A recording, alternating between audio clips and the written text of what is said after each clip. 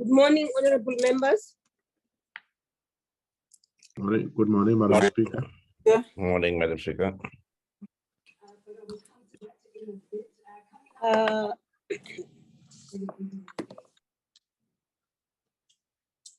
have an agenda before me.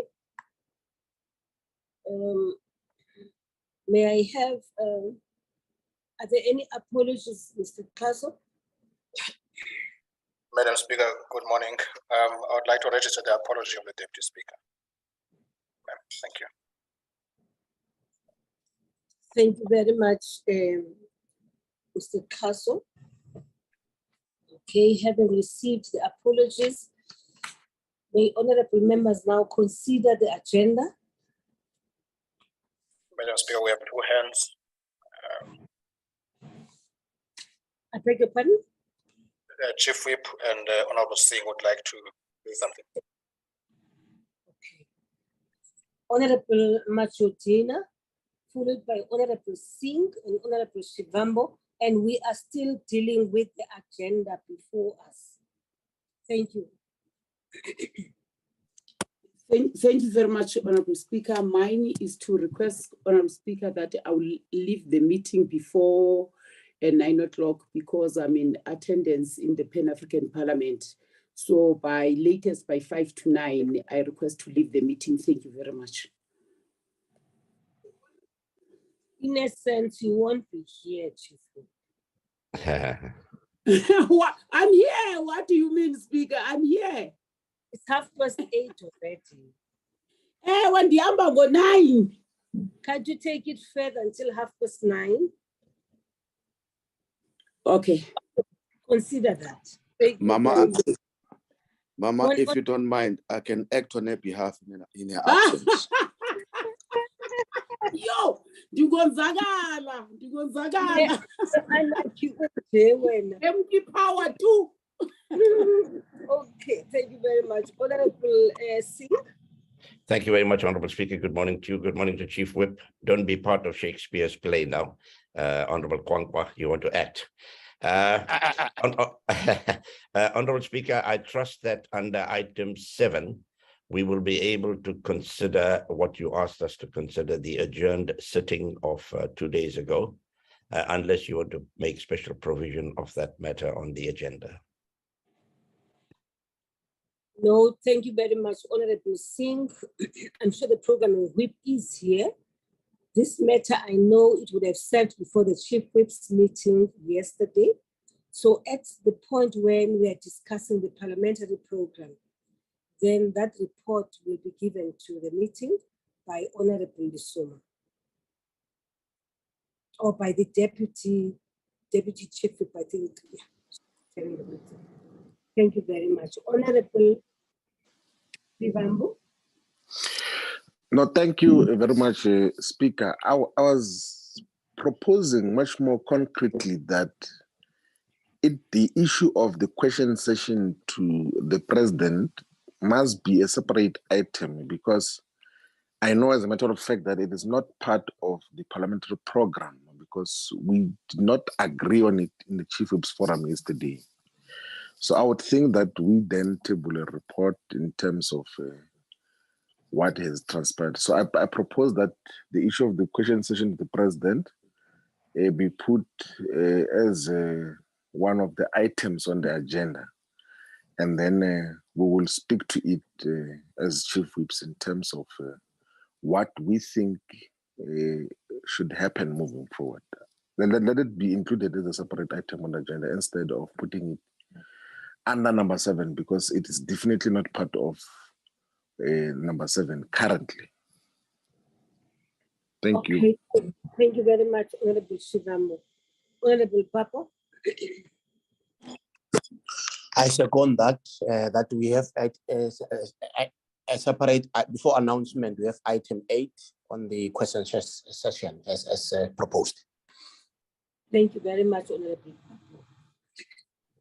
Honorable members, so I take that you are adopting the agenda, Honorable Papa.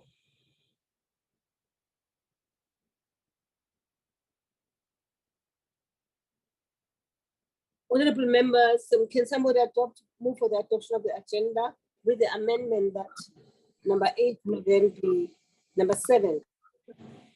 Speaker, Swatcha, good morning. Yes. Yes. Speaker, I just want to maybe the item suggested by the Honourable Shivambu should come before the consideration of the draft parliamentary program, because it might have an impact on the draft program. So I'm not sure whether it should be afterwards, but subject to the meetings, I move for the approval of the agenda, but I think it should come in before the consideration of the program. Thank you. Thank you very much. I agree with the Honorable Swat. Thank you, honorable members. Honorable Shakude.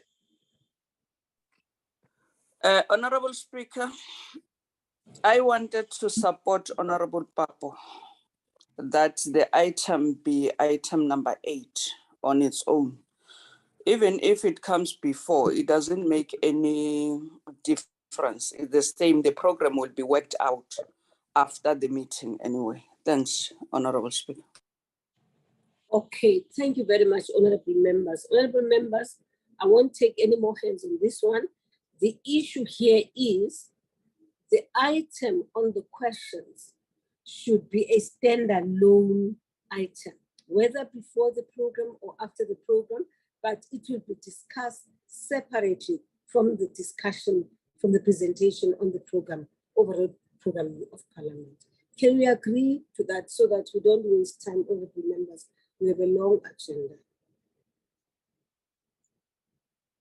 Agreed, Honorable Speaker. Thank you very much. Speaker, Honorable member. as much as we can agree on that proposal of yours, but we need to adopt the agenda. We must be clear. This item is placed as number 7 or number 8. We can't adopt the agenda if it's unclear, Speaker. Thank you. Honorable members, the item will be a standalone item. It will not be included in the consideration of the draft parliamentary program. So I will put it separately as a standalone item, honorable member. Is there a problem, Honorable Shivambu? I see your hand. I was proposing and seconding Honorable Swat that it must be number 7 and then the program number 8. Thank you very much. Okay. Honorable, lower your hand, Honorable Shivambu. Okay, thank you very much, honorable members. So, honorable members, before it will be report by committee section, report of the bills committee, then a consideration of this matter we are referring to, and then the draft parliamentary program. Hopefully, Honorable Shakude, by the time we discuss the parliamentary program, we shall have resolved all of the issues on number 7, and perhaps it will then form part of the parliamentary program. Is that agreed, honorable members? Agreed, Honorable Speaker. Thank you, honorable members. Honorable members, we now proceed. We deal with now the minutes of the meeting of the 25th, honorable members. Meeting of the 25th.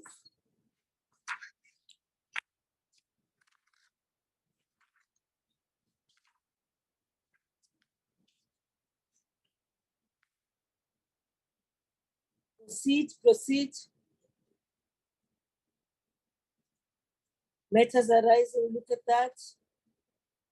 Look at that page, report on committee section. Let's not take too long because people have had the benefit of being provided with copies of the minutes anyway. Honorable members, are you comfortable with that?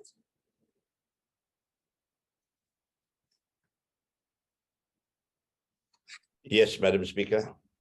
Thank you very much. May someone move for the adoption of the minutes?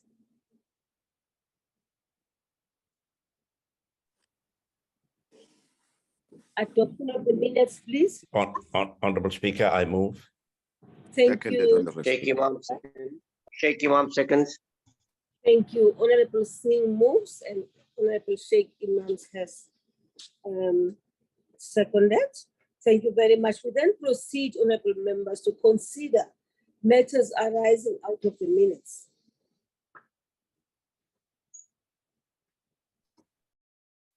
Madam Speaker. Mr. Castle, Thank you, ma'am. will you lead us quickly? Madam Speaker, the first issue relates to the Section 89 process. I would like to report that to date, we have received submissions from 11 parties. The deadline is today at 4 p.m. So if the other 3 parties would still want to submit, we would encourage them to do so before 4. Second item is that there was a discussion around the first reading debate as proposed by Honorable Hendricks. A date has been determined for that. I think it's the 22nd of September. We are also asked to circulate the white paper on marriages in SA, and we've done that. Thank you, Madam Speaker. Thank you very much, honorable members. Honorable members, are there any comments on the issues raised, starting with the Section 89 process and the names of the panel? Yes, Honorable Kalipi. Speaker, we are still on the matters arising. I thought that the issue that I raised last week pertaining the COCTA committee will get a feedback today on how to resolve it, Speaker. So I'm asking for indulgence on that one. Okay, we are still on matters arising. Okay, hopefully it will arise here. And then the issue of the COCTA committee, are you ready to respond to that, Mr. Castle? Honorable Speaker. Yes, I can't see your hand. This is the Honorable Frolic. Okay, Honorable Frolic, how are you? I'm well, Speaker, and good morning to colleagues. Speaker, I just briefly want to respond. As I responded last week, this committee is not dysfunctional. This committee operates according to the approved program by the programming committee. And during the constituency period, there were specific committees that were identified and given permission to undertake oversight visits. It will also set a bad precedent if I come to the programming committee to report on the activities of each and every committee that did not undertake oversight activities. I am liaising with the chairperson, but this would mean that with what we are working on... Did you get a response? Did you get a response from them about the nomination that I sent on Monday? Who's that now? Sorry. Rubani, Sheikh. Sheikh, I'm sorry. Please mute. Sheikh have not submitted the names. Please, will you continue, Honorable Member Frolic? Yes, Speaker, I'm working with the chairperson of the committee with a proposal that would mean that during this period that we are currently in and going into October, that this committee and its members will then need permission from their respective chief whips of all parties to undertake these oversight visits, because it will clash with sittings of the National Assembly, and on some of those matters, voting may be required, and it's a matter that I will leave then in terms of the proposal in the hands of the chief whip for discussion at the chief whips forum. Thank you very much, Speaker. Thank you very much, Honorable Frolic. Honorable Mr. Castle. Madam Speaker, I would just like to indicate to Honorable Sheikh Imam that we did receive the NFP nomination. I overheard that he was clearing that. Thanks. Okay, thank you. Honorable members, and the matters arising from the minutes, are there any other matters which you would like to comment on and the matters arising? Right. In that case, honorable members, we then proceed to receive a report. Honorable Frolic, is that your old hand? Yes, apologies, Speaker. I'll just remove it. Okay, thanks. Now we then proceed, honorable members, and deal with the report from by section, committee section, Advocate Dow. Good morning, Madam Speaker, honorable members and colleagues. Our report starts at slide number 3. On this slide, we show that the PC on social development is planning to finalize the fundraising amendment bill on the 14th of September, with some other activities indicated on the slide. The next update is on slide number 4. On this slide, the PC on health is also planning to finalize the National Health Insurance Bill on the 7th of September, with other activities scheduled to take place as indicated on the slide. The next update is on slide number 8. On this slide, the PC on agriculture, land reform and rural development has submitted an adverse for agricultural product standards amendment bill. The public is given the period the 1st up to the 30th of September for any submissions. The next update is on slide number 9.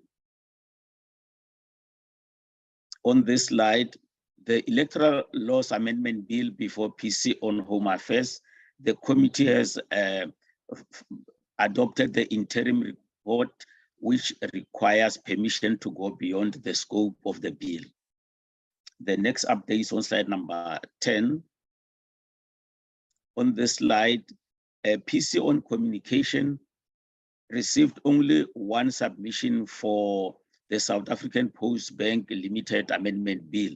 So the committee is planning to request further submission by extending the submission date, and thereafter it will conduct the public hearings. The next update is on slide number 15. The PC on communication has finalized the recommendation of candidates for appointment by ICASA Council by the minister on the 23rd of August. The next update is on slide number 18. On this slide, the PC on women, youth, and persons with disability has received the notification to fill vacancies of Commission for Gender Equality. The committee developed the program as indicated on the slide with the aim to finalize the process on the 27th of September. This concludes our report, Madam Speaker. Yalebo.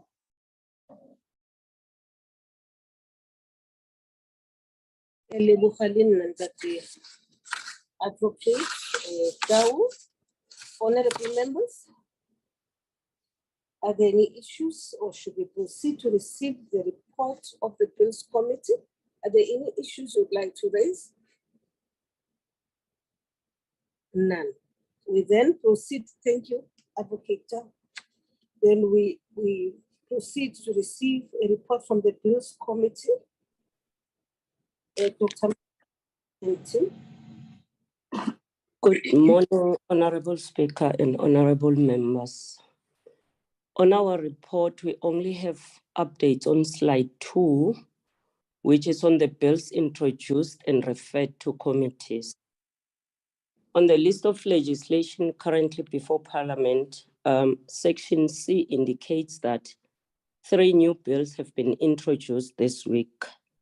And I will name them. The bills are the Maintenance Amendment Bill, which is B17 of 2022, a proposed Section 75 bill, and it's a private member's bill by Honorable Hendricks. The bill has since been referred to the Portfolio Committee on Justice. And the second one is the General Laws Anti-Money Laundering and Combating Terrorism Financing Amendment Bill, B18 of 2022, also a proposed Section 75, and the bill have been referred to the Standing Committee on Finance.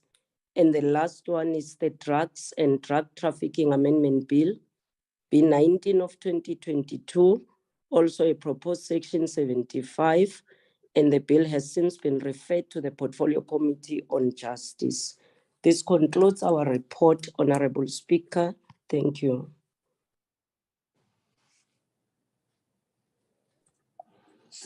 Thank you very much. Thank you very much, Dr. Mbata.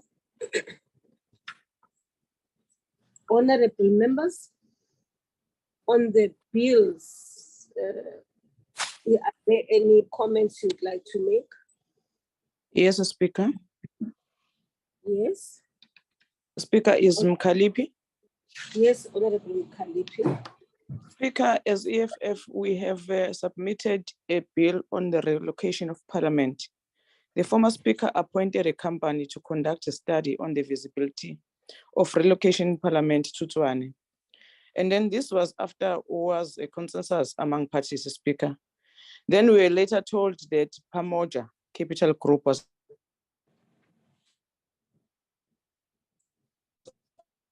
appointed. Let me just. Mkalipi, it seems to be a problem. Yeah. Yes, Speaker. And then later we were told that Pamoja Capital Group was appointed and conducted the feasibility study.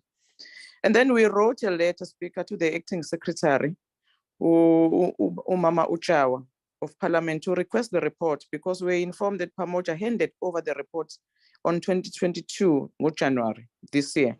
She only responded to us 3 months later, and her response was that she can't give us a report. So we have since written to you, Speaker, now to request the same report in order for us to continue with our proposed bill. But the issue here, Speaker, if we can also elaborate, is any particular reason around the secrecy of this report? Should be concerned maybe Pamoja Capital Group was appointed fraudulently or didn't deliver on what they were supposed to do, Speaker? Because we can't understand why this report is not released to us, because we need to continue with this bill as EFF. Thank you, Speaker. Thank you very much, Honorable Mkalipi. I am sure on the system here, we do have Honorable Madam Zungu.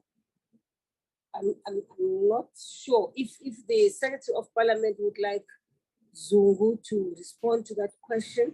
I'm comfortable with that. Secretary of Parliament, are you here? If you are here, would you please try to respond to that question or hand over to Zungu? Zungu, are you here?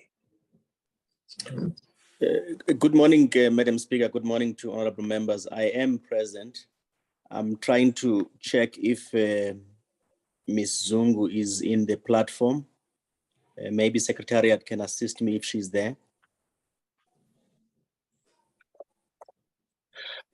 Madam Speaker, she is not on the platform. Okay, thank you very much. She's not on the platform, but can somebody respond to the question raised by Honorable Mkalipi or give clarity at least? If there's no clear response for now, on the contents of the report. Madam Speaker, on the issue of the matter raised by Honorable Mkalipi, with your permission, may I request that it be responded to at the next programming committee so that I can take advice and facts around the matter, if that shall be permitted. Thanks. Thank you very much, Honorable. Thank you very much, STP. Now, honorable members, it seems to Speaker. Yes. No, yes, Honorable. no, I think there must be context on deferring this issue to the next meeting. So the simple request that we're making is that can we be given access to the report which was commissioned by Parliament on the relocation of Parliament from Cape Town to Gauteng? So we want to gain access to the study because it forms an essential part of the private members legislation which we have introduced as the EFF. We have written to you to seek access to that report. So can we be given, at least we can take a resolution here that let the report be available. I don't think that there's any justifiable and sound reason why that report must be hidden. So that is what we are asking for, that we want access to the report on what would be the cost implications and all whatever considerations that have been made in relation to the relocation of Parliament from Cape Town to Gauteng. Thank you very much, Honorable Shivambu. Honorable members, I am aware that there is this study which was conducted. In fact, we are, I think, Secretary of Parliament, will you please look into the matter? I'll tell you why. We're coming under pressure. The Department of Public Works, the Minister has been demanding the same report for purposes of presenting the matter to Cabinet so that they deal with issues, the financial implications in that. So I think that maybe the sooner we deal with the matter of the socio-economic impact study, which was done on relocation. If people say they don't have the copies, maybe they will not also not taken into confidence about what the report says. Maybe we should find time next week, firstly, to be presented with the report and for someone to talk to the issues, and then the report can be circulated afterwards. Thank you very much, Honorable. Mr. Castle, I'm sorry, I'm fluish, honorable members, so I'll keep on switching off my camera or my micro at times. Mr. Castle? Ma'am, I would have proposed that given that the Chief Whips Forum is meeting physically next week to discuss venues, that maybe this matter could serve before that meeting instead of the program committee, so that the program committee deals with programming business. But in that meeting, the report could then be processed there. That's my proposal, ma'am. Thank you. Thank you very much, Mr. Castle, for your correction and proposal. So at the meeting on Wednesday, I know the 7th, I think, the Chief Whips Forum will be physical. So that matter will then be taken to the meeting of the committee. I have also been invited to be part of the meeting of the Chief Whips next week.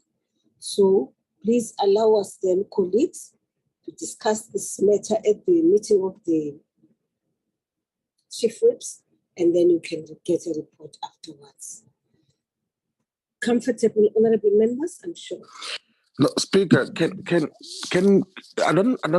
may we please request to be sent the report prior to us having the physical meeting next week? I don't understand what would be the delay, because if we've got a report, it will frame our thinking in terms of some of the options that will be considered in next week's meetings. I thought that next week's meeting is going to discuss much more concretely as to how do we reconstitute Parliament in its entirety, where there are no hybrid arrangements and all of those things there. And at least the report that is there already can give us some idea in terms of what happens, instead of being shocked with a report in the meeting and then we still have to take a decision there. Can we gain access to the report? I don't think that there is anything which can be top secret in a report, which is just a study about the relocation of Parliament. Let's deal with it. By the time we meet next week, we have got a clear understanding of just how do we proceed moving forward.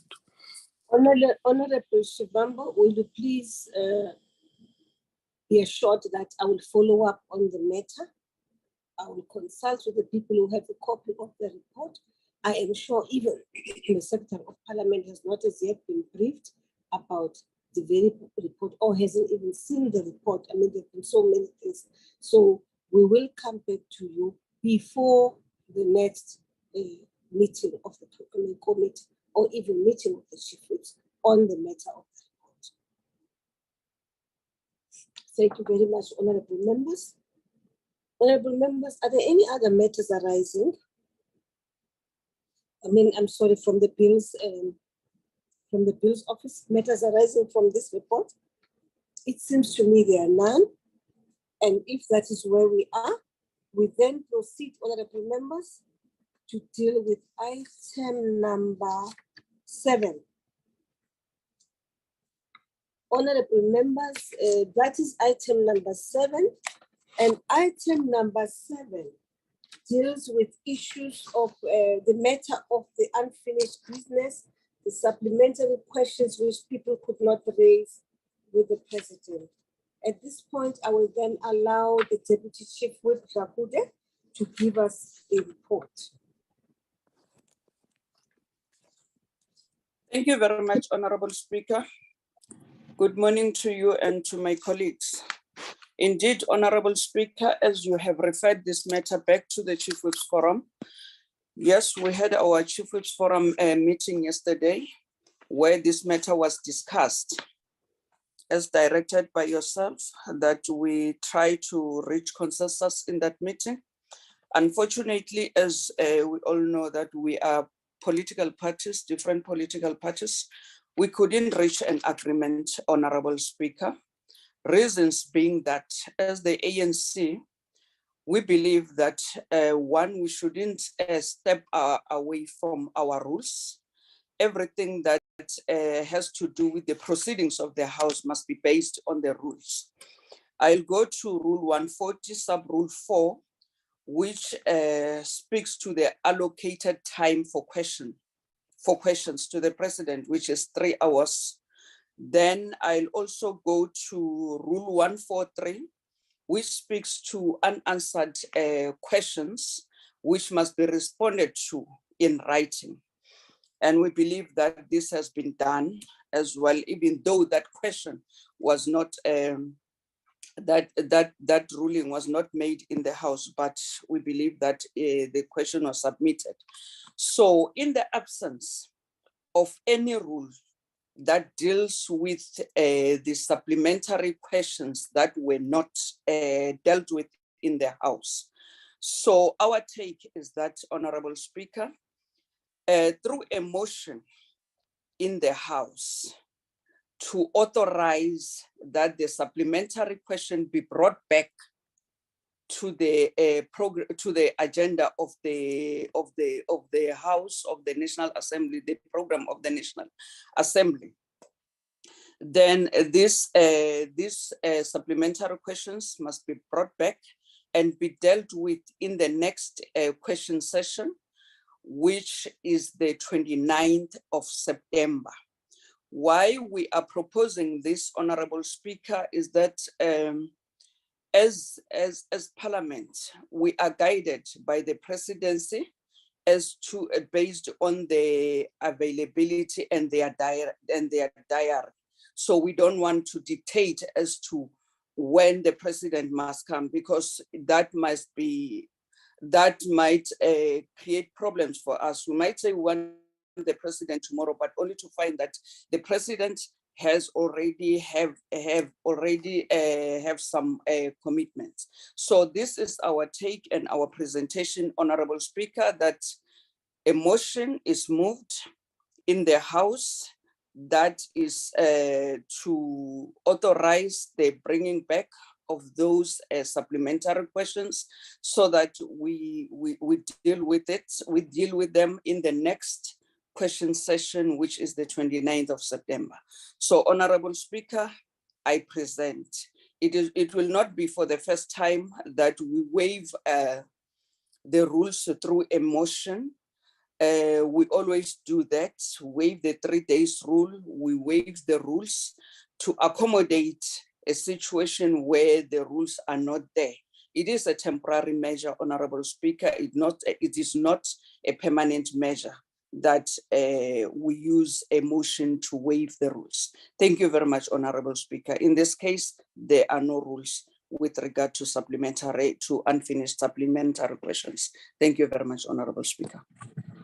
Thank you very much, Honorable Jakude. Honorable Singh, you have your hand up. Thank you very much, Honorable Speaker. And I hear what the Deputy Chief Whip has said, and she's quite correct, Honourable Speaker. There was no consensus at yesterday's Chief Whip forum. But let me start off by saying I think we must deal with this matter in good faith right from the beginning, and we shouldn't be disingenuous. And we need to protect you as well, Honourable Speaker, because when you adjourned the session the other day, there was no emphasis on the rule of time or anything else. The whole issue was because of the way the matter was unfolding. I think it was the best thing to do that we adjourn the session and you refer it to us. I hear the Honorable Lakuda saying that the questions should come back, and I think that's a positive move. And I hear talking about a motion, and I trust that if there is such motion, it will receive the support of all parties, and one does not get surprised when that motion is put on the table. But Honorable Speaker, you know, I don't think it was necessary for us to go through all the kind of drama and trauma at yesterday's meeting. Because if you hear the number of questions that were answered on this particular matter yesterday, very open answers. None of the honorable ministers said that they were not prepared to answer. So I think the issue of when the president is available to answer, in particular, those two outstanding questions, is something that your office will have to write to the office of the president. I don't think we can assume at this moment in time that the president will not be available. He could perhaps give us a date before that. And I would urge that we will look for a date before that, because I think the nation is waiting for him to give some answer to the issues that we had before us. And I think if you listen to the YouTube and get a copy of the unedited Hansard, you would note that the president did say, you know, I will not answer.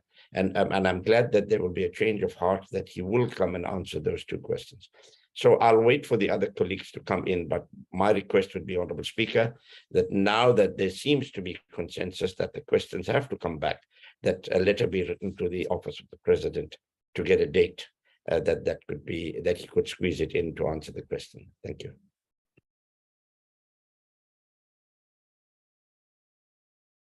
Thank you, Honourable Speaker.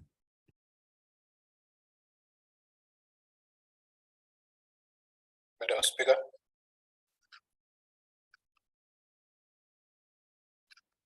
Can I continue chairing? You may not, Honorable Chief Whip.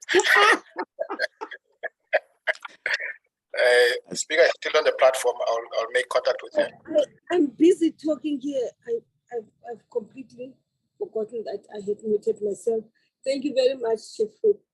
And thanks, Mr. Castle. I did ask, invite Honorable Kwahube to address us on the matter. Thank you very much, Speaker, and thank you to the Deputy Chief Whip's account. I think it is an accurate account of yesterday's meeting and of the session that we had on Tuesday. Speaker, we've got to now just take a step back. The reality on Tuesday is that when you asked that we adjourn for 2 minutes so that you could get counsel. And one of the things that, as the DA we raised in that session, was that there is no provision in the rules for you to suspend the proceedings of the House without citing a particular rule that pertains to that. You then went and came back and you made a ruling. And in our view, that ruling was outside of what the rules provide for. And so now we find ourselves in a scenario where a ruling was made to suspend the question and answer session during the live question that the president that was already put to him. He had already started to answer the question, and then the issue now was about whether or not his answer was in fact an answer. The point then of the matter is that Rule 143 does not cover question 5 of the question session, because the president had already begun answering the question, and so the question was put to him as per the rules say. And so because the ruling was made outside of the rules, we're now in a scenario where we are operating in a no man's land, quite frankly.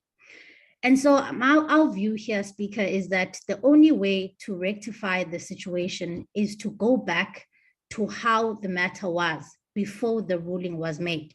By that, I mean, it's important to then go back to when the question was posed, the question 5 was posed to the president, and then we finished that question and the 4 follow-up questions that were lined up to be answered by the president.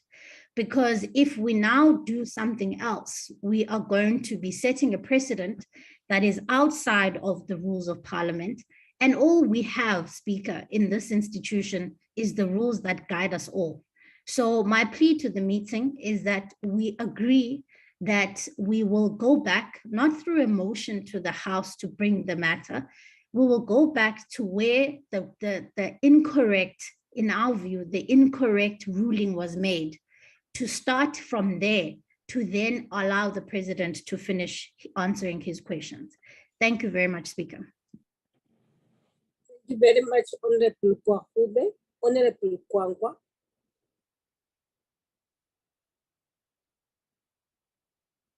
Honorable Kwangwa. Sorry, Speaker.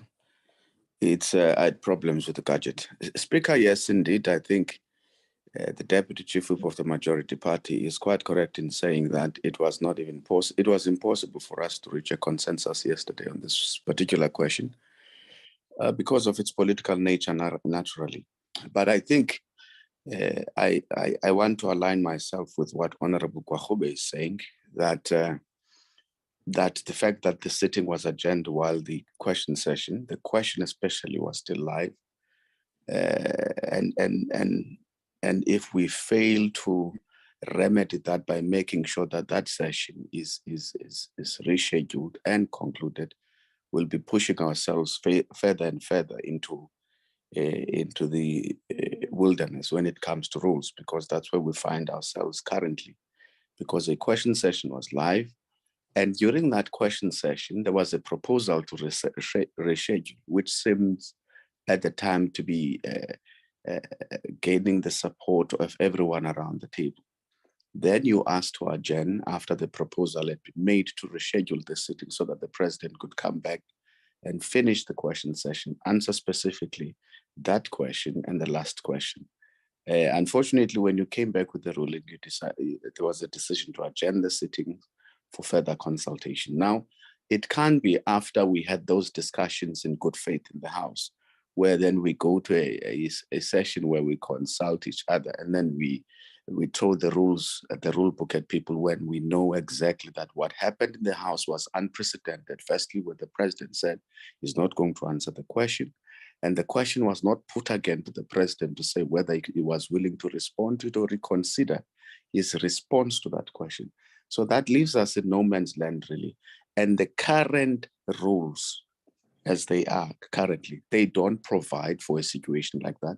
We will have to find a way, an amicable solution, an amicable way of trying to address this issue. But throwing the rule book at the opposition to say the question session is 3 hours and all of this thing will not work, because these rules do not provide for what happened on that particular day. Thank you, Chair. Thank you very much, Honorable Kwangwa. Honorable Shivambu, followed by Honorable Zungula, and then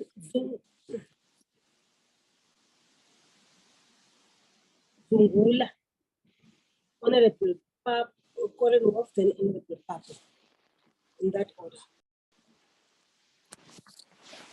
No, thank you very much, Speaker. I think context is important, and I think Honorable Nkwangwa already has given the context that the reason we did not object to your decision at the end of the sitting of the House on Tuesday was because when you asked for adjournment for 2 minutes, it was on the basis of the proposal which we had put in Parliament and was seconded by almost all opposition parties to say that let us reconstitute the sitting of the oral question sessions into a different date, but it must be as urgent as possible. It must not be the 29th of September, as is currently scheduled. And our understanding was that you are adjourning that to check if it's possible. And then when we came back, we said that this has to go through the normal programming process of the Chief Whips Forum and then the National Assembly Programming Committee to then finalize the urgent reconstituting of the oral question session to then finalize the part which could not be finalized because of what transpired in Parliament.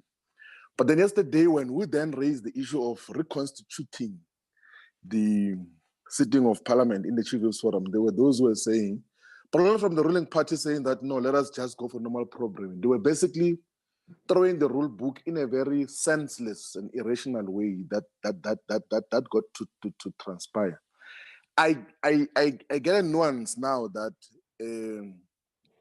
we can, as the National Assembly, we can put a motion to say that irrespective of what Rule 140, 141, and 142 and 143 say, and all these other regulations and guidance, we can put a special motion to number one, say that let us have the question that could not be responded to in the last oral question session roll over to an oral question which must be responded to by the president. That becomes part one.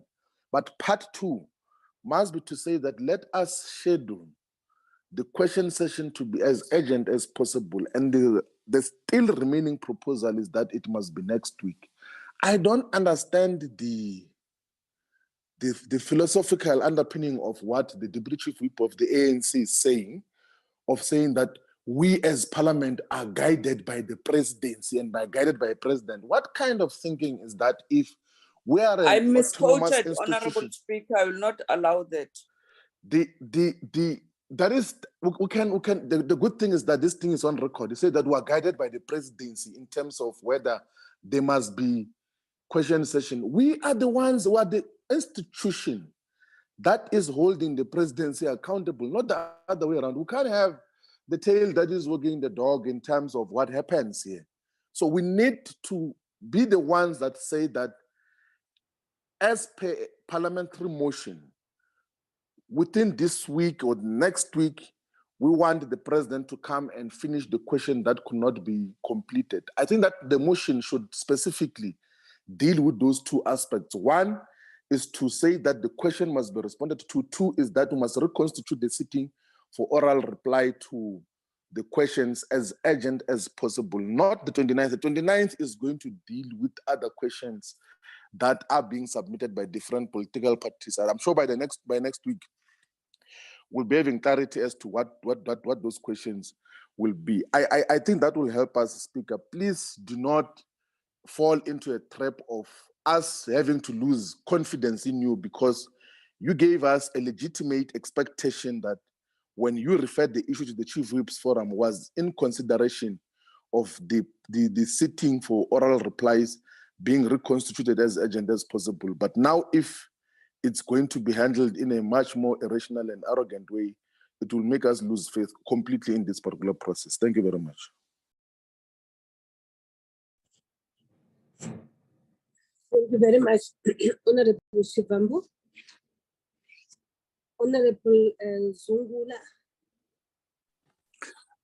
Thank you, Speaker, and greetings to the... Zungula. Yeah, thank you, Speaker.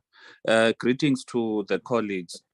Speaker, if you recall on Tuesday, one of the first issues I raised when I was requested to do a follow-up was for you to rule whether the question had been answered or not, because it was my strong feeling that my question was not answered. And this was largely based by the words of the president when he stated that through his legal advice, he was advised not to answer the question. Now, we had a lot of back and forth between the opposition and the majority party regarding the question being answered. Therefore, Rule 143 would not count in this matter because we did not have an issue of time being allocated for questions running out. It was not a question of time for questions being running out, and that led, the question not being answered.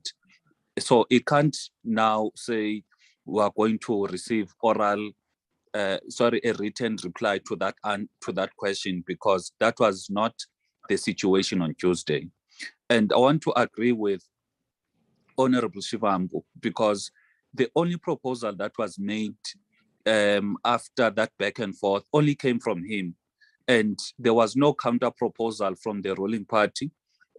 So when you suspended the proceedings of the House, it was in that faith that we thought, all right, in line with the only proposal that was on the table, we are taking your word on good faith, because you are going to somewhat find how legally or in terms of the rules of parliament we can continue with the session so that the question continues to be answered. So I would like to propose, Speaker, or plead with you that please let let us take it as things were on Tuesday, that the question was not answered and there was no ruling on the matter and there were no follow-ups that were done on the question. So as Honorable Kwahobe is saying, that the question is still live. There is no question that was completed in terms of being answered. Now, the best way to solve this matter is what Honorable Shivambu is saying, is that next week, at the earliest convenience, in an oral session, the questions, the two remaining questions, get to be answered orally and in person by the President. Thank you, Speaker. Thank you very much, Honorable Zungula. Honorable Warren Wolf.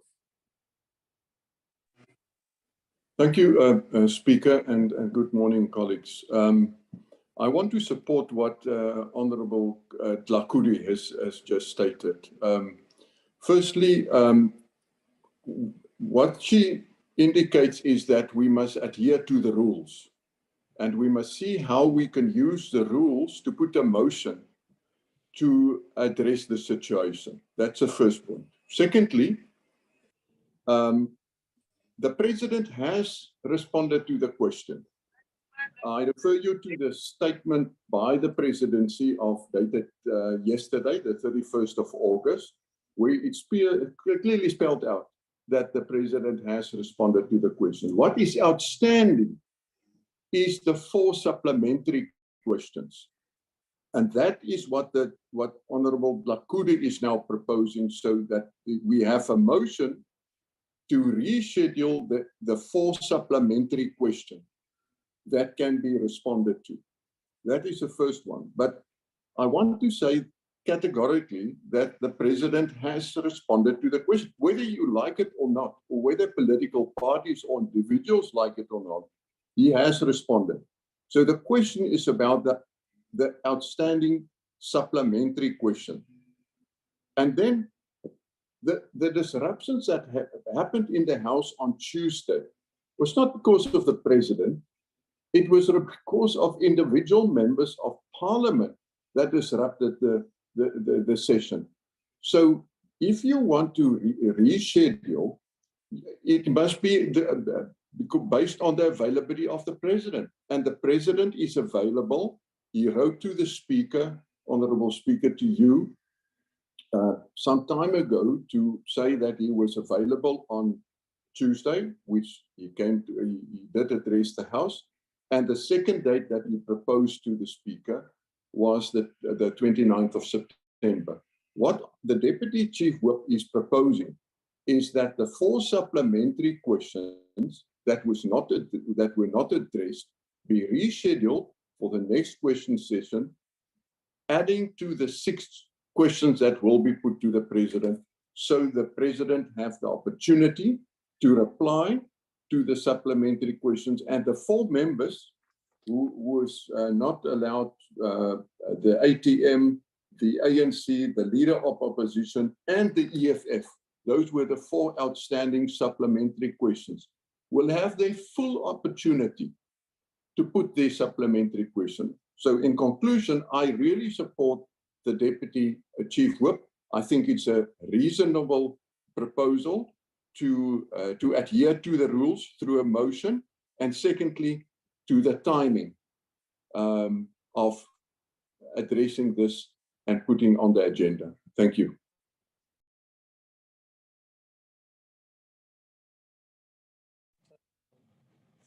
Thank you, Honorable Korenhoff. Honorable Korenhoff, you are followed by Honorable Papo.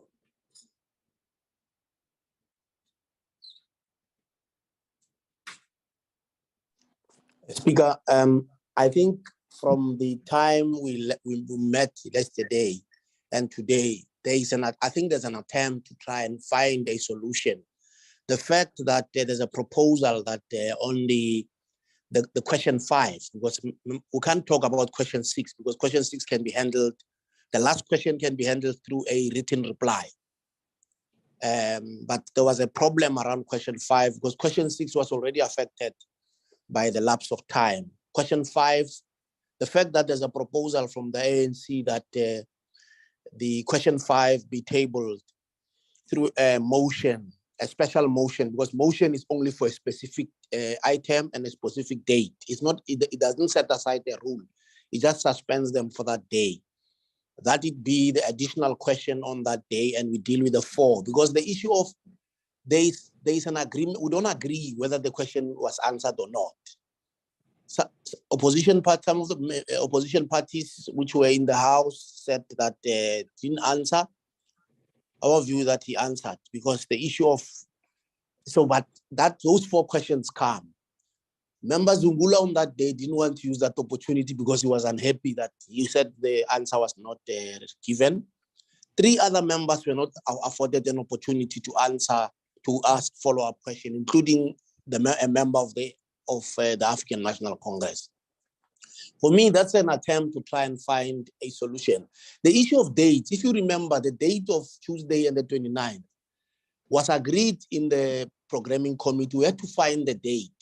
I don't think it's like being dictated. We organize the dates on the basis that that's how dates are organized with the presidency and the office of the speaker. There is engagement. Now, that date was given with the other one. What happened that day was not planned. Now, people saying because what happened, there was a delay of 2 hours before the House could end, actually 3 hours, first hour and the 2 hours before we ended. Therefore, now we should say next week, irrespective of other things which are happening. I think that's not how normally question sessions are actually organized. There is an engagement and then there's an agreement. There's already a date. So it's not a question that question has passed. So you are disagreeing on the question whether there should be a response to the original question, because there's no agreement. The issue is members can deal with what they are not happy with in terms of that original response in the follow-up questions, raise issues which they want to raise. But the motion talks about the 29th.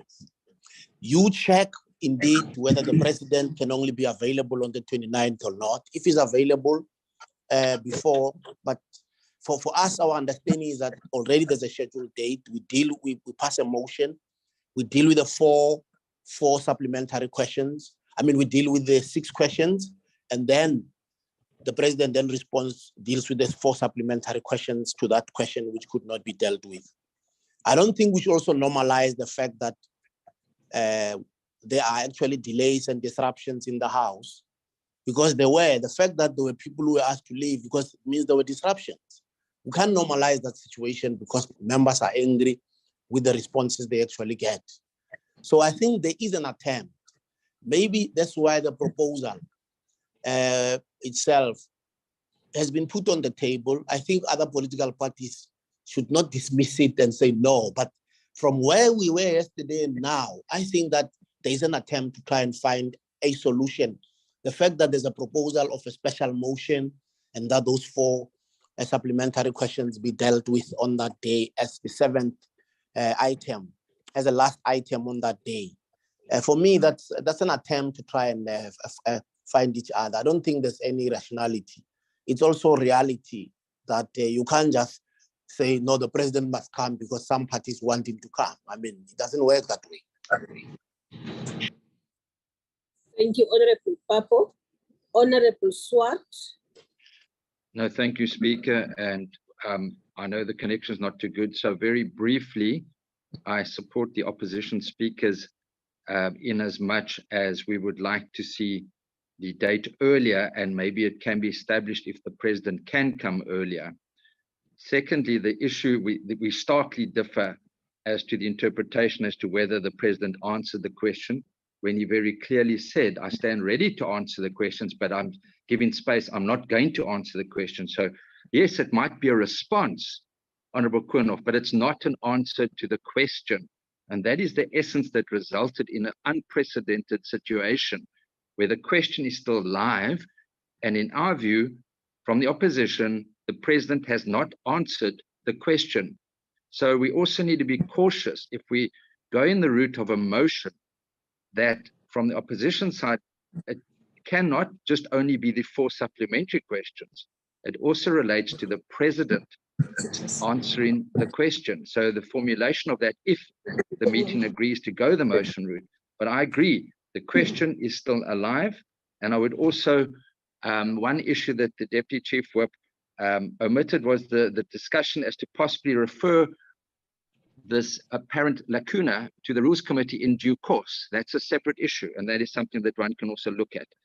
But I'm in agreement with the opposition speakers. I'd like to see this done earlier than later. Thank you, Speaker. Thank you very much, Honorable Swart. Honorable Kalipi, followed by Honorable Lisuma. Thank you very much, Speaker. You will forgive me, Speaker, because I'm in a pot. I might have some disturbance, Speaker. But I just want to say that, Speaker, the firm proposal that started on the sitting itself on Tuesday is to say that the president must come back and answer the question.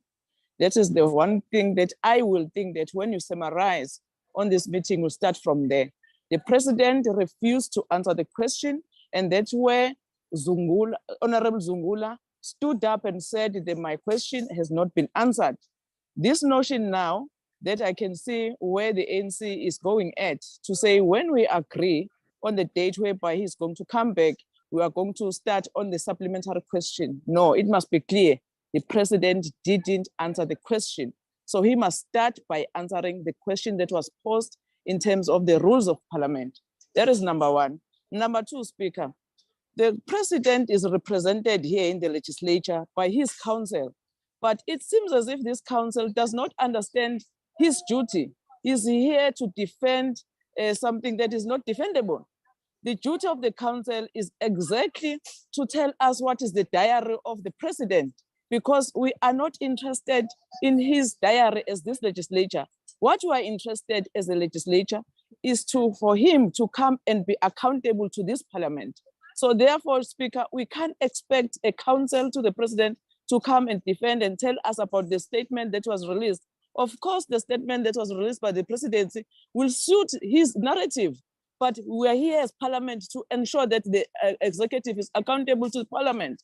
So Speaker, therefore, I'll urge you to just summarize correctly, and the counsel to the president must do his job and tell us the date where the president can come, because we are saying in 2 weeks' time, the president must come and answer. Thank you very much, Speaker.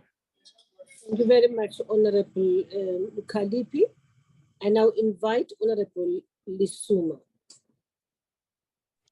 Thank you very much, Honorable Speaker, and good morning, colleagues. I think, Honorable Speaker, we shouldn't go all over.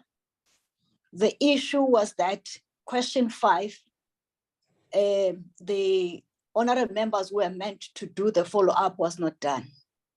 The rest is more of a political technicalities that might not necessarily assist us here. So we are in agreement that in the absence or the gap in the rules that accommodates the situation that we found ourselves in on Tuesday, it's silence on that. that's the matter that then moving forward, then the Rules Committee will look at, but we're not dealing with that now, is to say, how do we then find each other to ensure that the follow-up questions are being done, and we're in agreement that through the motion, which doesn't set any precedents, but it will address the silence of the rules. That's one. Two, Chair, the issue of the date, all of us were aware, unless then we've got other rationale that then makes us not to understand that when we have to schedule for the president to appear before the National Assembly, he gives us the dates when he's available. And the dates were given in the last term, and hence it was a promise was made, and then he honored that promise. So for me, whether he comes tomorrow or yesterday, the issue is that when he's available, he should come and then finish the follow-up questions of question 5. I will suggest, Honorable Speaker, that we go for the 29th and a special motion being done on that day so that we accommodate the issue of forcing here without knowing the president's diary, because when he gave us that date, he had made other commitment. I'm not speaking on behalf of the president, but I think we must be reasonable. And the ultimate goal, what we want to achieve, is to president to respond to question 5 in terms of follow-ups. Other than that, I think we're just going all over unfairly, and just like to hear our voice because we want to force issues, but practically they might not be possible. And also we must be reasonable to say our ultimate goal is to make sure that there's a smooth running of the plenary of the NA. There's a smooth running in terms of informing our communities in the response that the president would have given us in his response. Thank you very much, Chair. The very last one, I agree and support Honorable Dlabute and Honorable Hope Babo and Honorable Gorenhoff. Thank you so much. Thank you very much, Honorable Lisuma. Honorable members, I will now invite Mr. Kaso, firstly, to explain whether there is a precedent regarding what happened on Tuesday in the House. Second,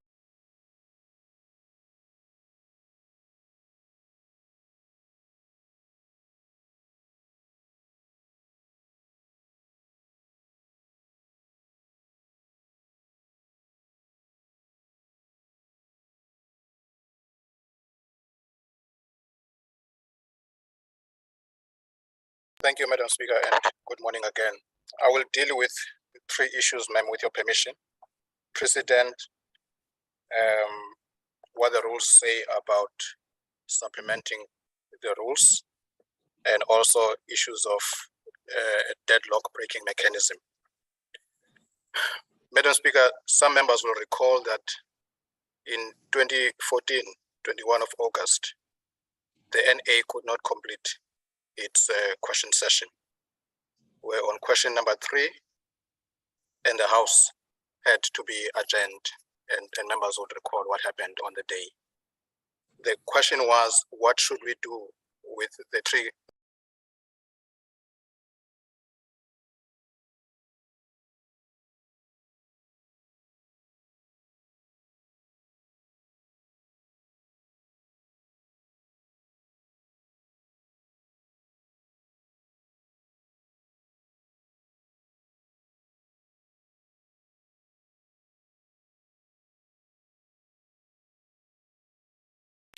questions only, is because the 3 outstanding questions were subsequently responded to in writing at the time.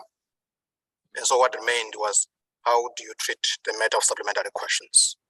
So a session was arranged the following year. It was on, I think, 16th of April in 2015.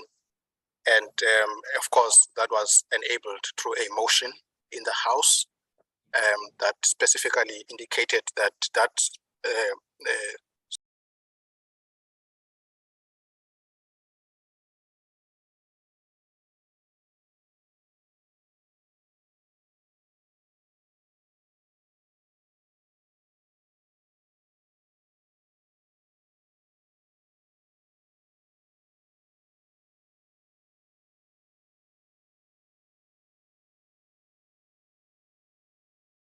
1 and 5. Sub 1 says, any provision of these rules relating to the business or proceedings at a sitting of the House or a mini plenary or of a committee of the House or any other forum of the House may be suspended by a resolution of the House. That's number 1. 2, sub-rule 5 provides as follows. The National Assembly may, by resolution, subject to these rules, make an order supplementing these rules.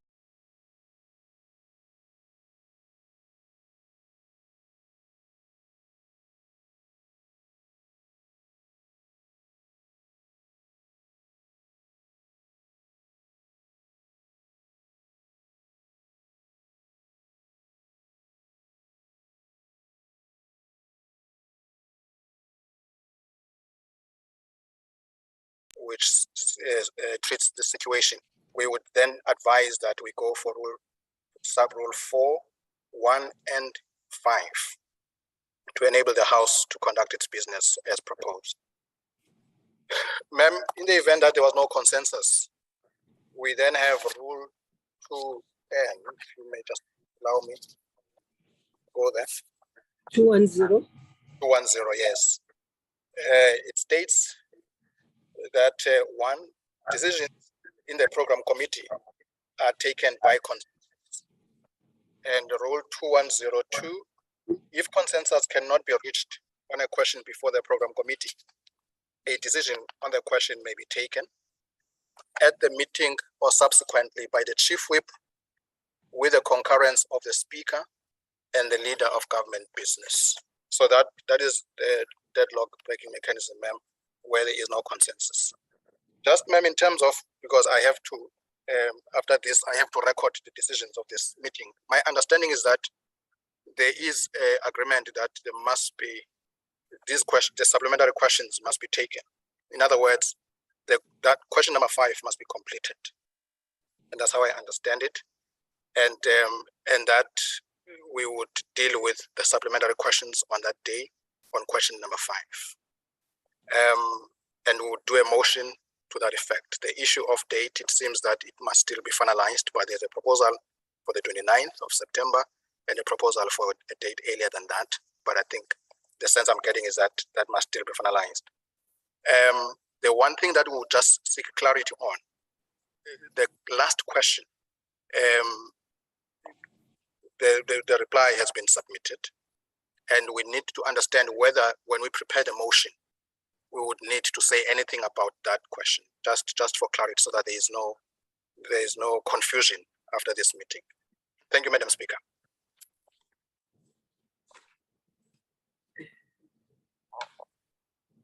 Thank you. Thank you very much, Mr. Castle. Honorable members, you have heard. There are 2 things Honorable Mr. Castle presented us with.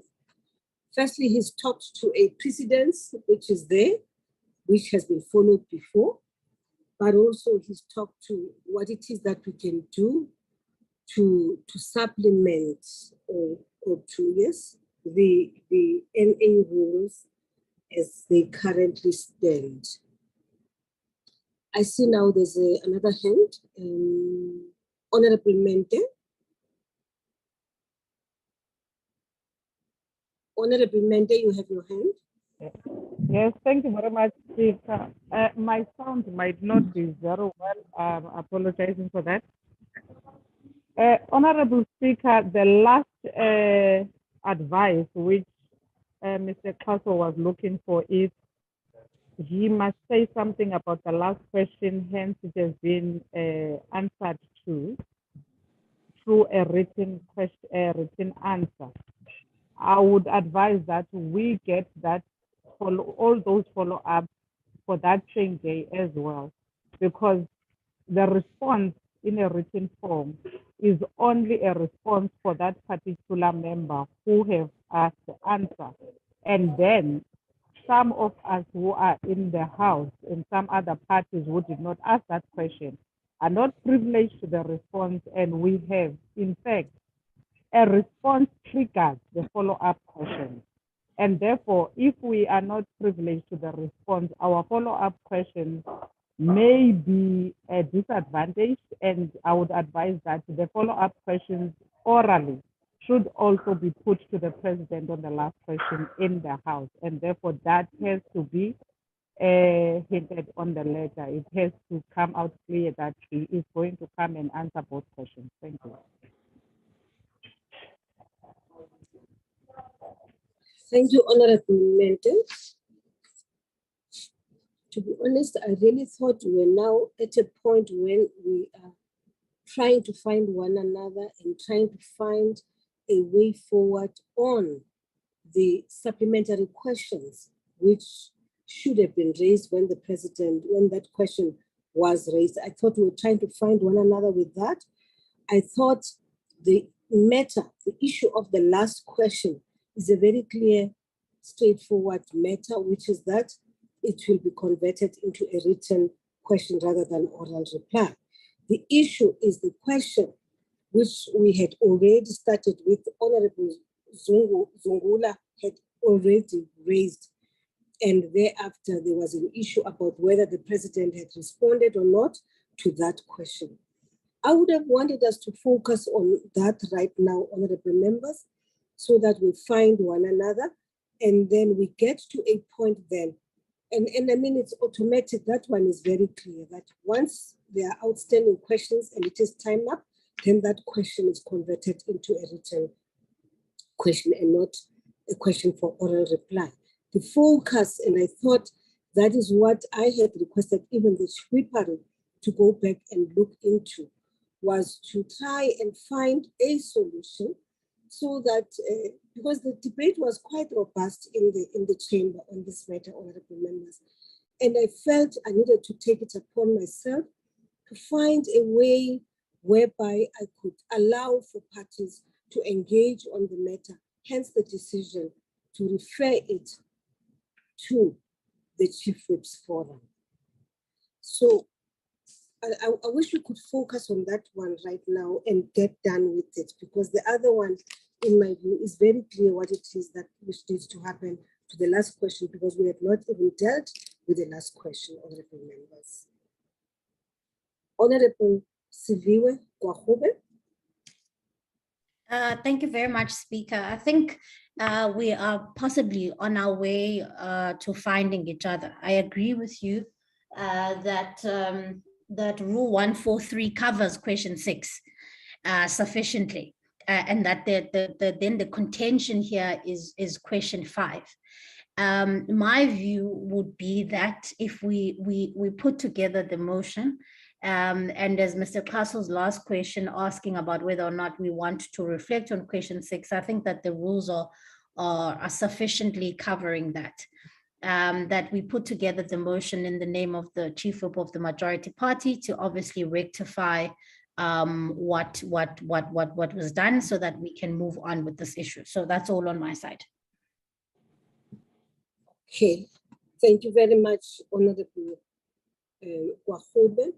Honorable Zungula, followed by Honorable Shivambu, and then Honorable Dlakude. And honorable members, please can we agree that Honorable Dlakude will be the last one on this matter so that we round it up and close.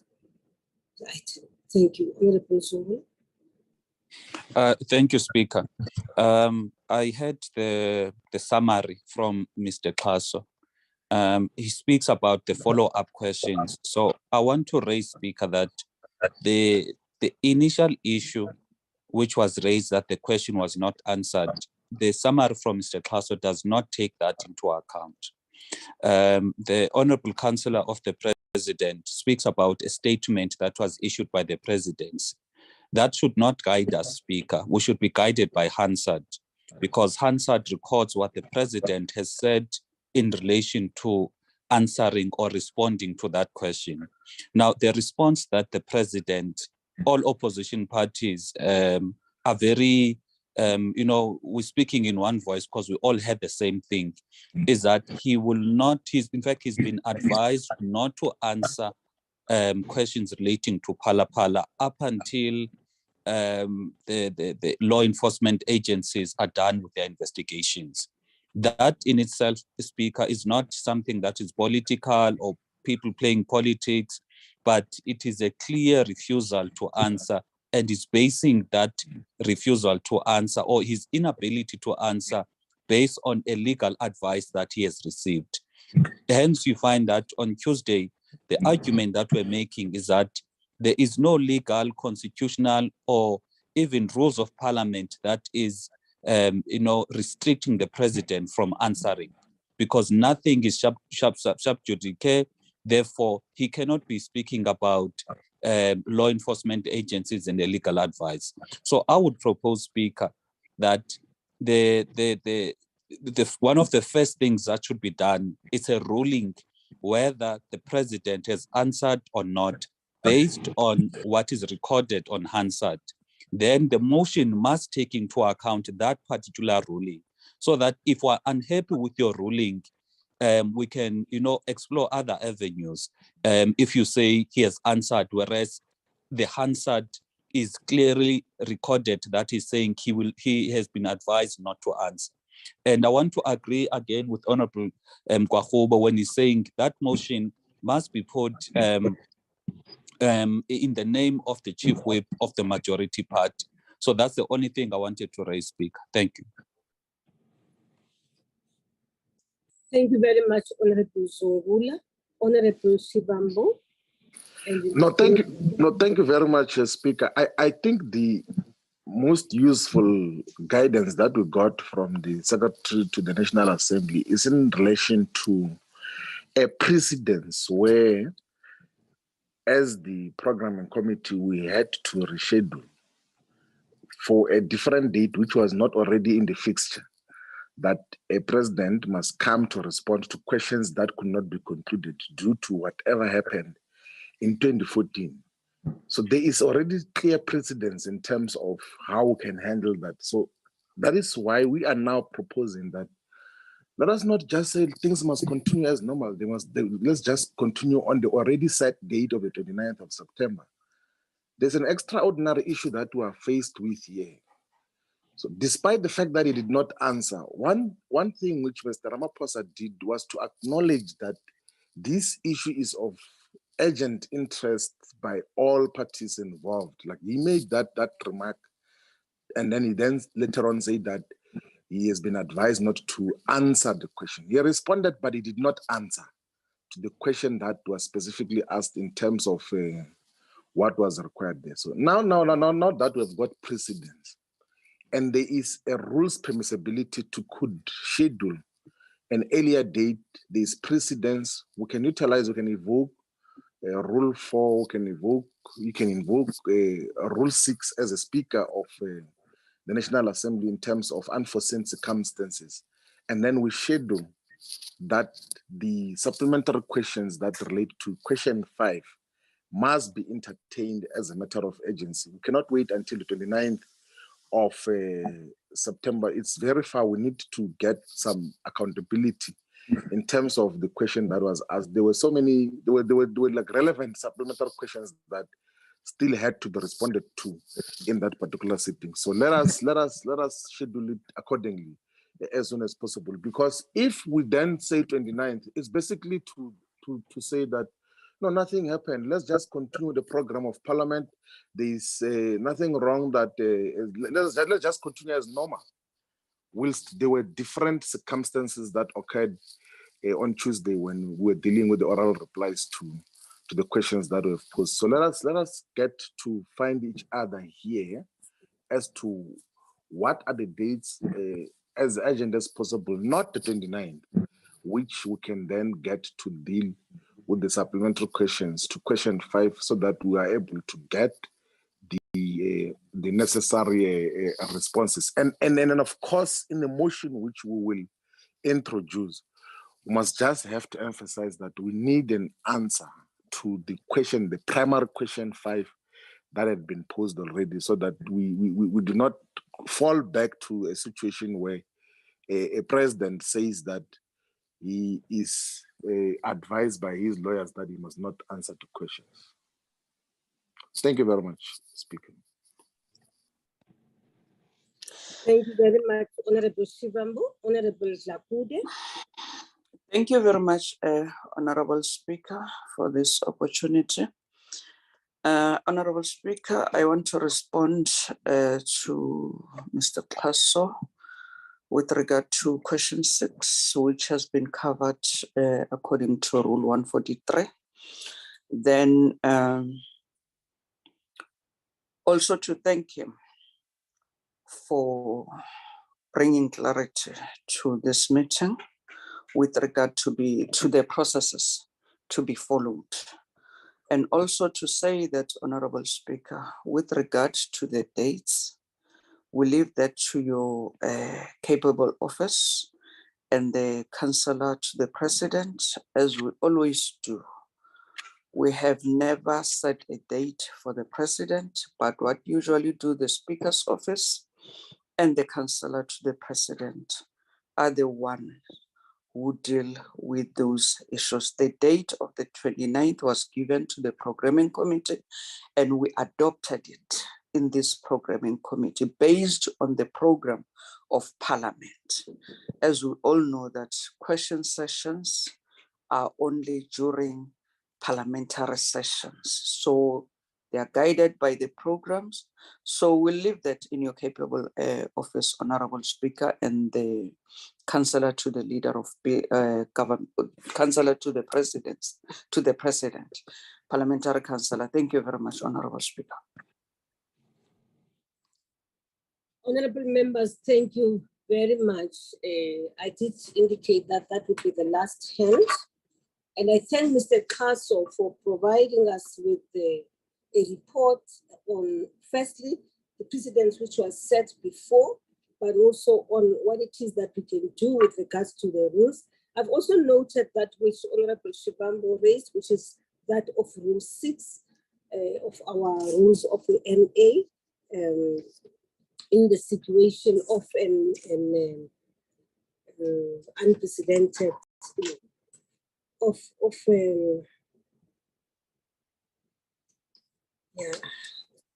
unforeseen circumstances. Unforeseen, yes, unforeseen. That's what I wanted to say. Thank you very much. Honorable members, you know, as we all know, when the sitting adjourned on Tuesday, indeed it is true that the time allocated for questions had long expired. I mean, that one all of us agreed to, you know. And this was due largely to members preventing the session from proceeding. I was, however, optimistic that the WIPAL would be able to find one another so that we complete the business that we could not complete on that day. The president, as you know, appears before the House for questions 4 times during an annual session in terms of our rules. Therefore, when he does appear, we ought to use that opportunity effectively. I must therefore express my disappointment, though, at the turn of events, both during that sitting, but also on the fact that the WIPARI could not find one another, could not reach a consensus and provide guidance to the Programming Committee on the matter. The Assembly and Speaker in particular should never create an impression that he or she is not willing to hold the executive accountable. That was never my intention. In fact, honorable members, one of the reasons after the statement made by Honorable Zungula, the reason why I allowed for people to express themselves was because there was a lot of controversy, there was a lot of disagreement about whether the president had responded to the questions, and patiently, I decided to allow chief whips of parties to express themselves so that we could come to a proper conclusion. Now, I am very concerned that we are unable to reach that kind of consensus. Now, 2 things here. One, There is a precedent which was set up in the past where on such matters, there had to be a special meeting where people had to discuss the issues and find an agreement and find a date as well. There is also a deadlock breaking mechanism which allows for the speaker, the chief whip, and the leader of government business to consult and take a decision on the matter. In this instance, honorable members, I will pursue two avenues. One, I will meet with the chief whip of the majority party together with the leader of the government business. I'll ask for his audience so that we resolve the matter and bring something tangible to you. But also, honorable members, the counselor to the president is here and has been participating in the debate, and therefore will appreciate the importance of pushing things on the side of the president's office, because I am going to write a letter to the president to request a date so that we can complete this business. Honorable members are also aware that I cannot make a determination on availability of the president. I am not the one who runs this diary. So I will just write to the president, and I would expect that the president will then respond and advise us on a date of his availability, and that the counselor to the president, Mr. Gorenhoff, will assist us in doing so. I hope honorable members do accept the way forward which I am presenting. The meeting together with the chief whip and the leader of government business, which, as I have said, is a deadlock breaking mechanism provided for, will take place before the end of this week. I will consult with them whilst I write a letter to the president to request a date. Honorable members, I conclude on this matter in that way. The next item on the agenda, honorable members, is the last one, which is the consideration of the draft parliamentary program before the announcements. And if Maburoto Ofolik is still here, will you please take over the chairing of the meeting for me?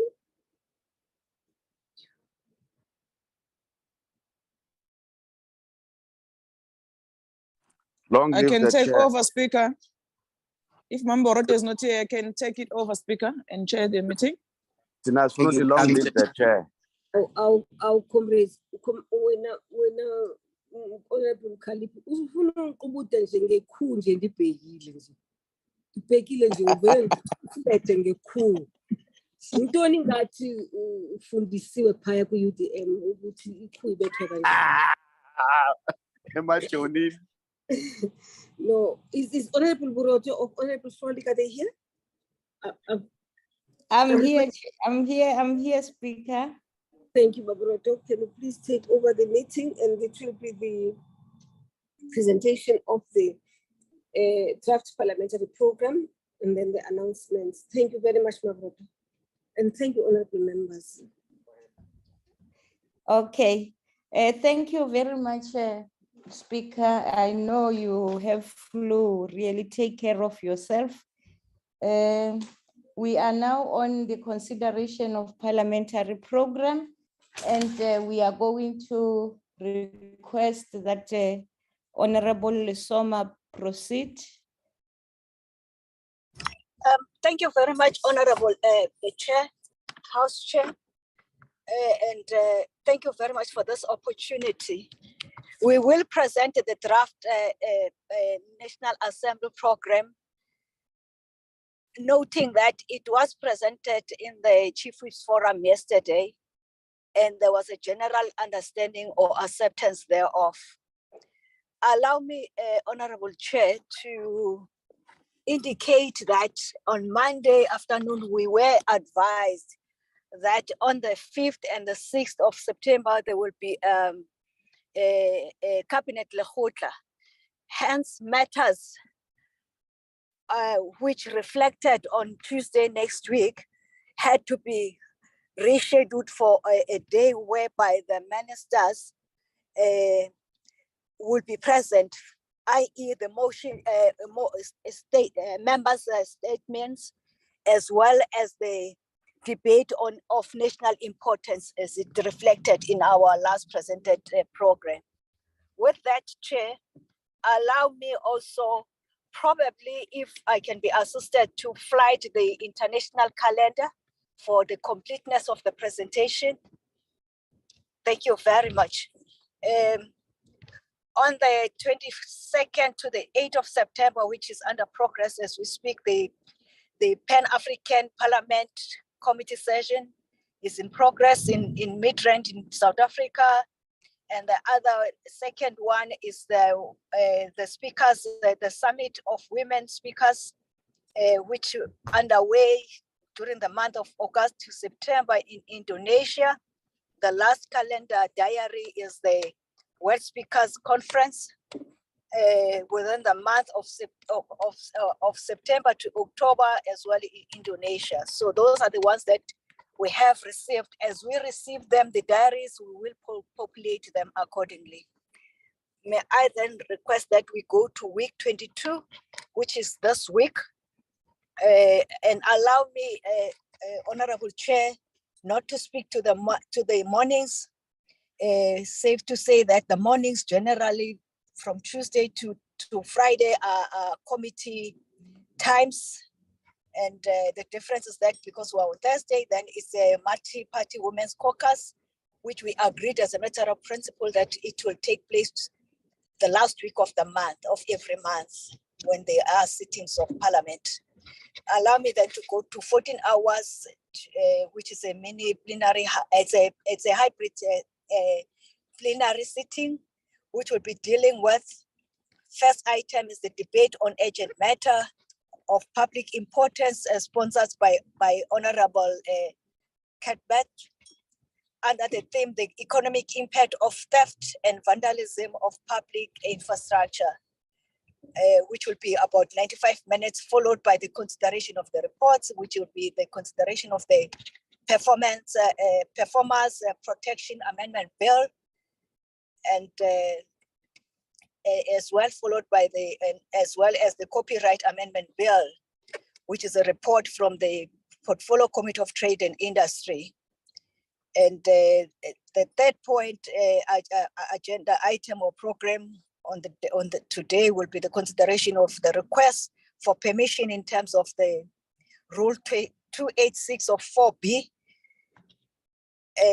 to inquire into extending the subject of the Electoral Act of 1998, which we must say, Chair, this one is a request because during their public consultation time, there were issues or amendments that were raised by the public, which have fundamentally would alter the original text that was advertised and went out for public comments. Hence, they are requesting that which will run for 2 weeks so that it allows also the NCOP to conclude its business on time.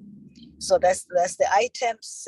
The fourth, which is the last item of order paper, is the report from the Minerals and Resources and Energy Portfolio Committee on fuel.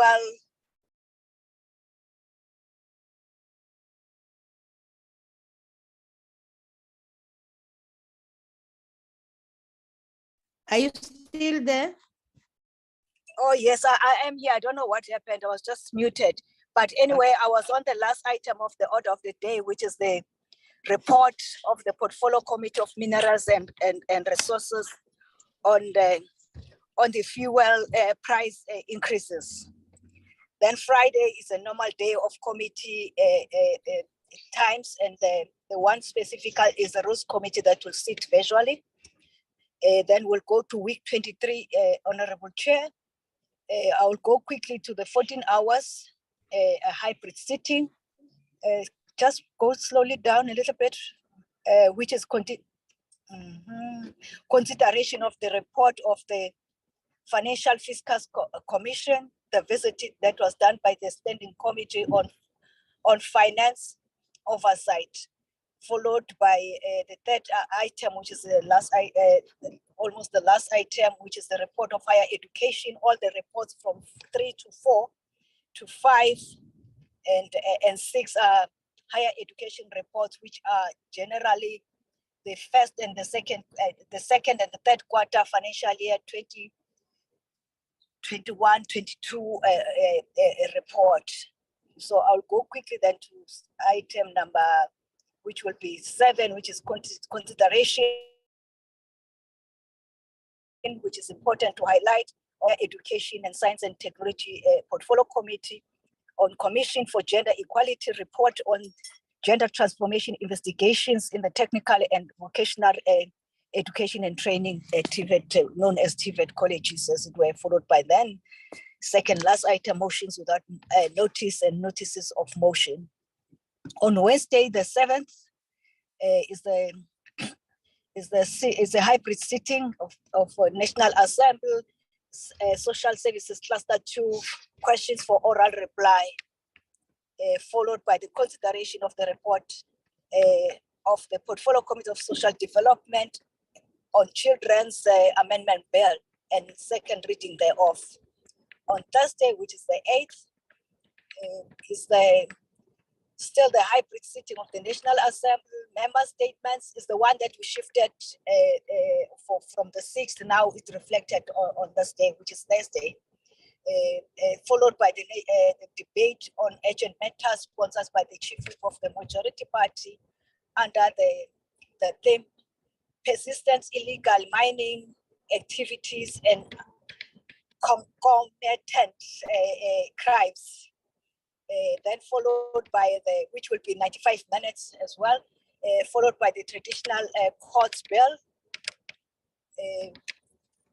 followed by then the fourth item will be consideration of the report of approval of Parliament of revised African Regional Cooperative Agreement for research and development and training related to the nuclear science and technology agreements, as it were.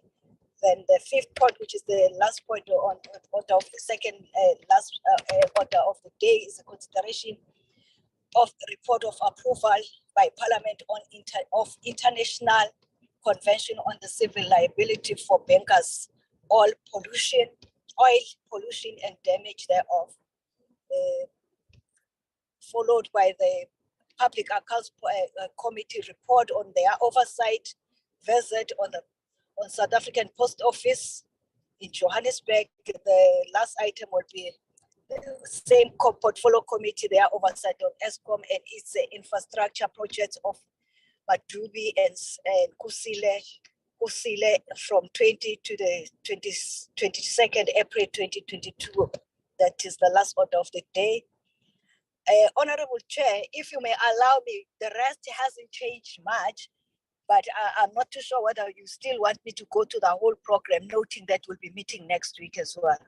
If I may be allowed to stop there to week 23. Thank you very much. Because it was presented last week in its totality, the program of this quarter. Thank you so much. Thank you very much. We will only pay you for 1 week's work during payday as well. Hey, okay. Honorable members, I see the hands of Babu Kaso. May I, ma'am? Yes, please. Yes, just to highlight that it's been brought to my attention that for today, item number 3 on the electoral amendment bill, there is no intention for declarations, but the chair will introduce the report. That's the information that I've received. And that's the first thing. Secondly, the programming whip had indicated previously that the MDDA must still come back to the House. And the proposal is that from the administration that it be done on the Thursday next week. I just forget what the date is, but on Thursday next week. Thank you so much. Thank you very much, Mr. Kaso. Malisoma? Yes, Chair, I forgot to thank you very much, Mr. Kaso. The other point that, as we might be aware, that the IGI report should come to the House as soon as possible. As soon as it gets 80 seats, then we will also schedule it for the 18th of September, as well as the CASA one. Thank you very much, Chair. Thank you very much, honored colleagues. That is the program, and I see no hands. I believe that we agree with the program as it stands. Thank you very much. That brings us to the end of that item. Honorable members, the last item on this agenda is announcement. Do we have anything from your side, Mr. Kaso? No announcement from my side, ma'am. Just to remind the parties that have not yet submitted, if they intend to submit nominations for the panel, the deadline is 4 o'clock this afternoon. Thank you. Thank you. Thank you very much. And thank you very much, colleagues. Thank you for your ideas and discussions in this meeting of programming. Thank you very much. Mr. Papa, I see your hand is up. Is there anything urgent as we close? Any announcement? I wonder whether the Women's Caucus is not important for all of us. No, we know we're going there now. It's only us here. They have started wherever they are. We will be joining. What do you mean? I didn't hear it being mentioned. That's why by Member Suma. Oh, I know. She has been saying it all along, so there's no need to repeat. We know it's multi-party women's caucus today. It continues, but yeah, he must go for there to campaign. He must not get any 24 votes anymore. Thank you. The meeting is adjourned. I think Please it's wrong. close. What Thank member you. Malema said, it's Bye. false. It's false, and he knows it. Please close the meeting. Recording stopped.